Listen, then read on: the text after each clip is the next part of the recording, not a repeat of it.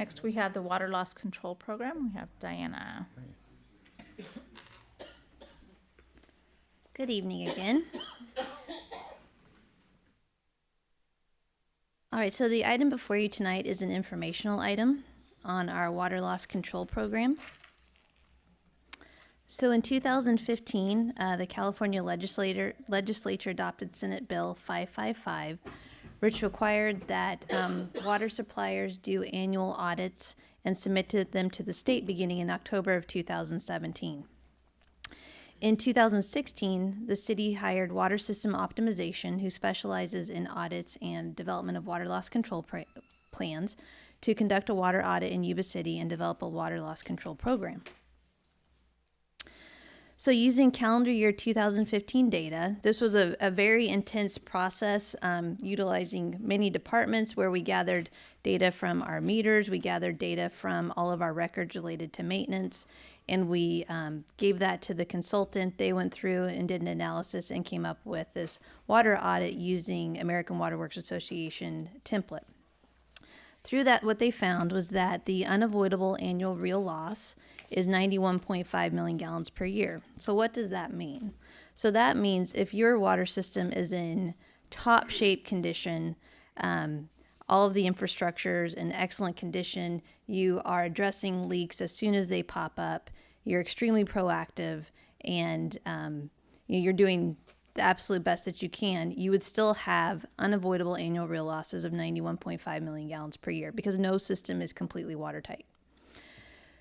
For Yuba City, based upon the 2015 water data, the annual real losses was 354.9 million gallons per year, for a net avoidable annual real loss of 263.4 million gallons per year. We were shocked by that number, extremely high, and so we said, okay, what can we do about that? So they, as part of a water loss control program, the purpose is to reduce water losses within the water distribution system in a cost-effective manner. It would not be cost-effective to go in and completely upgrade the system to try to remove all water losses. As we talked about with the unavoidable real losses, there's no way of addressing all of the losses, and it would not be cost-effective to try to do so. So through that, we also quantified the water loss and categorized the losses into apparent losses versus real losses.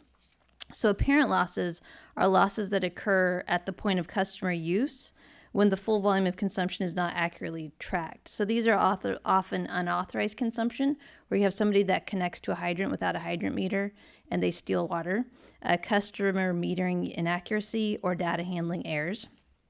There's also the real losses, which are the physical leakage. And so that's when you actually have water seeping out of the pipe, or if it's bad enough where it actually makes its way up to the surface of the roadway. So the recommendations included modifications at the water treatment plant to be able to better test and accurately account for water entering and exiting the facility, analyzing meters to ensure that they are sized appropriately and are accurately accounting for water usage, and perform pipeline leak detection. So per WSO's recommendations, the city installed additional meters at the water treatment plant so we could more accurately account for water entering and exiting the facility.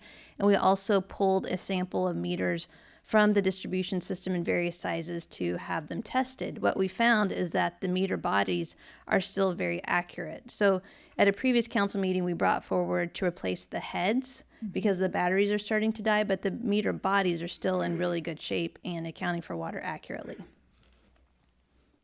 So after we made those modifications, we used calendar year 2016 water data to perform an audit in 2017. So the unavoidable annual real losses, of course, stays the same, but the current annual real losses dropped down to 252.2 million gallons per year. So that equates to a net avoidable annual real loss of 160.7 million gallons per year, or just over 440,000 gallons per day. So 440,000 gallons per day is equivalent to providing water to approximately 1,177 homes on a daily basis.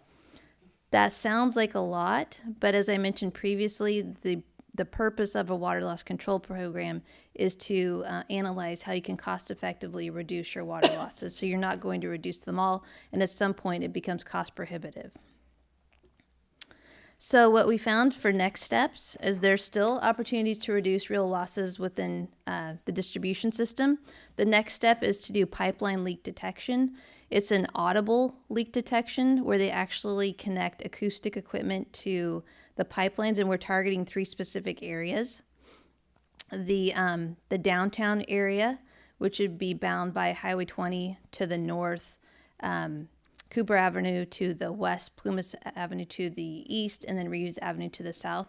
These are part of our original water mains dating back to the 1920s. They're 3-inch galvanized lines.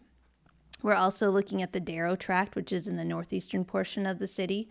And so why do we pick these areas? Because over the years, as we have tracked where water leaks occur, we map those locations, and then we're able to see on a map where we're seeing the majority of our water leaks. And then also the southwest area, which is bound by Walton Avenue on the west, Lincoln Road on the north, 99 on the east, and then Hazel Avenue on the south. So with that, WSO will come in, connect their acoustic equipment. The larger leaks will sound louder, and they'll be able to identify those locations. We'll then take those locations, incorporate them into our capital improvement program for repair and replacement.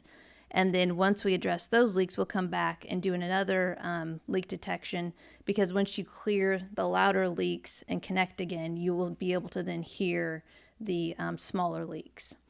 So from that, we will then continue to implement this water loss control program to identify where are those larger leaks throughout the city. So this is a multi-year process to be able to address these. And then, of course, as the years go by and your infrastructure continues to age, you'll have leaks continue to pop up. But with this, it's trying to be more strategic in how we address water loss and recognize that water loss is going to occur, but there are things that we can do to minimize that. Especially in this age of water conservation, it's very important to try to maximize as much water as we can. So with that, I'd be happy to answer any questions. Great. Thank you, Diana. Council, any questions for Diana? No. Well, just through the mayor, I guess just a couple points that I think during any of these surveys, are they going to be looking at main distribution lines that are under roadways currently that could have an effect on not just the underground infrastructure, but our roadway surfaces with hydraulic removal and things like that cause roadways to cave in? And yeah, but hopefully we don't have any leaks of that magnitude. We have had pipe ruptures of that magnitude, where Live Oak Boulevard we had to close at one point in time and do an emergency repair because the roadway was washed out, the subgrade was washed out.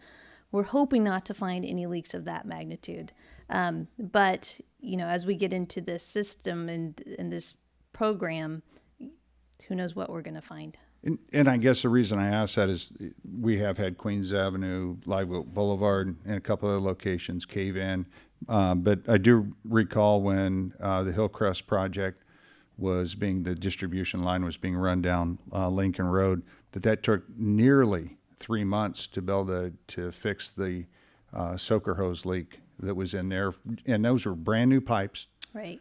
Newly installed, but yet they were leaking at a significant rate and had to be there had to be an excavation occur and replace some of those pipes and joints that were in there that were faulty. Yeah. And it was just part of the installation. Yeah, with that size diameter pipeline, when you get a leak on that large of a pipeline, that is going to be very loud in terms of, and so trying to determine where that is acoustically on the system can be somewhat difficult.